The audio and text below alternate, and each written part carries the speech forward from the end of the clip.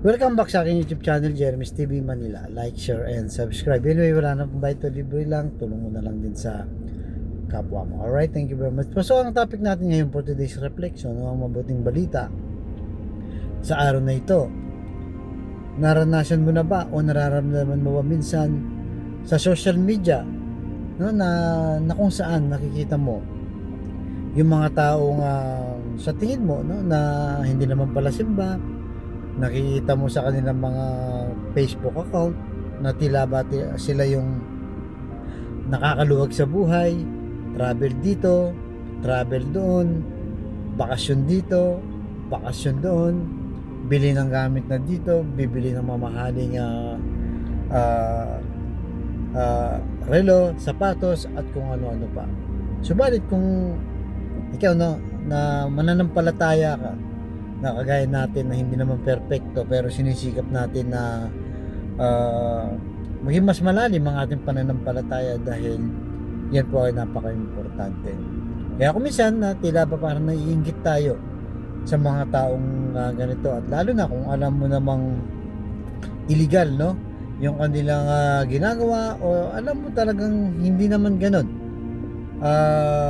kaganda yung kanilang buhay dati. Kaya marami po, no, ang nakikita natin sa Facebook, marami ang naiinggit, no. Kaya kung minsan siyempre nararamdaman natin yan na tila ba tayo parang tayo itong mananampalataya ay o palasimba, no, na gipit ka, kinakapos ka, laging kulang sa pera, no, yung tila bang hindi mo rin mabili ang gusto mo, hindi ka makaalis gawa nga ng kulang ang iyong kinikita. Pero huwag po tayong mag-alala dahil lahat ng ginagawa natin, lalo na yung paglilingkod sa Diyos, hindi po iyan nasasayang, no? Naka-record yan, on record, o naka-CCTV yan sa langit. Kaya mag-focus lang po tayo doon, no? Huwag sa mga bagay na nakikita po natin. Kaya sabi sa Hebreo chapter 12 verse 2, ituon natin ang ating paningin kay Jesus na sandigan ng pananampalataya natin mula sa simula hanggang sa katapusan. So ibig sabihin dito, kung tayo ay talagang nagtuloy-tuloy sa ating pananampalataya, ay malaki po, no, ang pagpapalang naghihintay natin. Hindi lang yung pagpunta mo sa buhay na walang hanggan, na which is yun naman po talaga ang goal natin lahat. Kaya nga tayo naglilingkod sa Diyos, nagsisimba, nagdarasal, gumagawa ng mabuti sa kapwa, tumutulong, sinisikap na talagang mabuting tao dahil nga dito. Pero habang nabubuhay po tayo, no, huwag po kayo mag-alala. Kung ngayon hirap tayo, magbabago po ang buhay natin.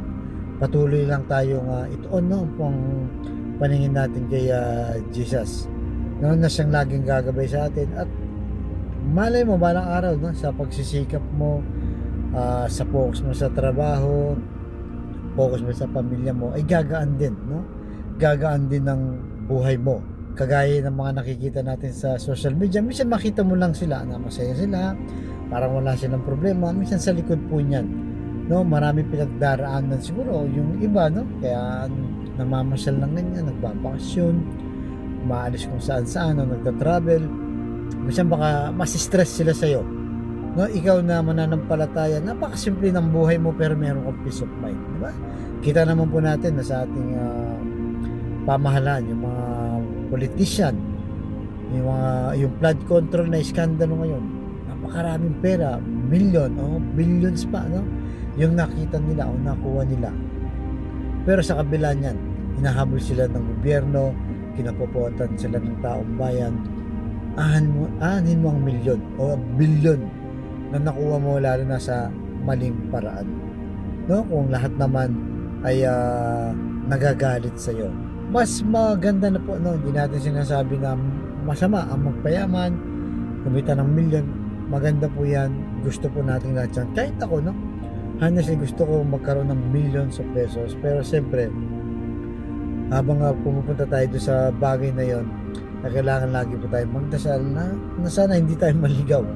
Dahil kung minsan, no, the more na umaangat tayo, minsan nawawala po tayo.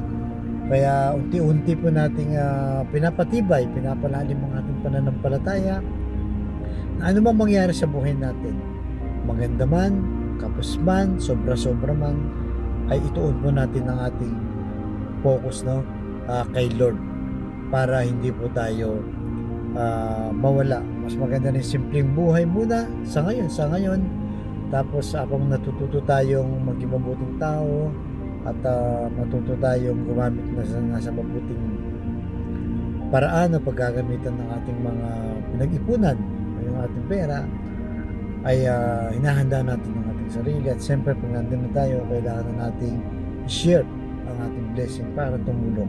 Yun ang po talaga ang purpose, no, na magiging sobra-sobra sa buhay.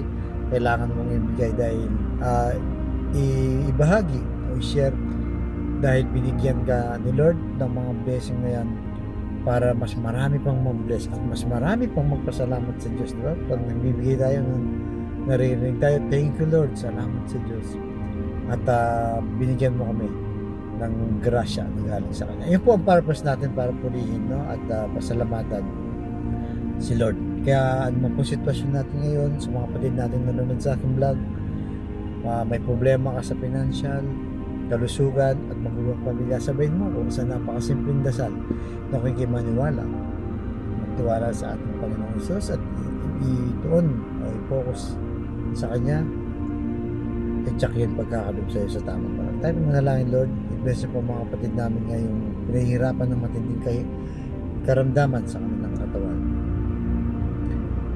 Ibuhin niyo po ng iyong mapagpagaling na kamay. Lusin niyo po at tanggalin ng kanilang karamdaman. Alam naman po namin na walang imposible sa iyo kung yung loloobin at kung kami mananampalataya. Ganun din po sa magulong pamilya na hindi nagkakasundo, walang peace of mind.